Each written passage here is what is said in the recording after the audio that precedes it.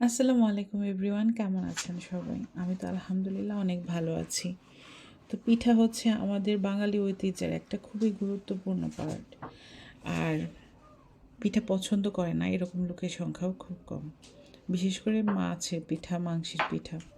কিন্তু এই পিঠাগুলা খেতে যেরকম মজা, বানাতে কিন্তু ওরকম ঝামেলা। আর যারা পারে না তাদের জন্য তো অনেক কঠিন। তো কিছু কিছু টিপস আছে যেগুলো আপনি জেনে রাখলে এটা আপনার জন্য অনেক সহজ হয়ে যাবে। যেরকম আমরা যদি মাছের পিঠা বানাতে যাই তাহলে কিন্তু আমাদের বেশ কয়েকটা ধাপ অতিক্রম করতে হয়। প্রথম ধাপ হচ্ছে যে ধরেন মাছের মাংস সিদ্ধ করা, তারপরে হচ্ছে ওইটা দিয়ে আবার মাংসের ভুনা করা, তারপরে হচ্ছে ডো করা। তো প্রথমে আসি মাংসের ভুনা করাটা। আমি যেটা করি, ঘরে যখন গরুর মাংস রান্না করা হয় তখন আমি এক্সট্রা করে আমার পরিমাণ মতো, আমি যেটুকু ধরেন আধা কেজি বা 1 কেজি পরিমাণ মাংস বেশি বেশি রান্না করি।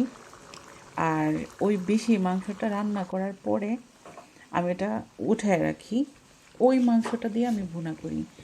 এতে করে ভুনাটা যেরকম মজা হয় এরকম কিন্তু ভুনাটা অনেক ইজিলি সহজেই করা যায়, এক্সট্রা কোনো মশলা বা স্পাইস দেওয়া লাগে না। আর ডোটা যদি কেউ দেখতে চান তাহলে কমেন্টস করবেন, আমি অবশ্যই অন্য দিন দেখিয়ে দেব।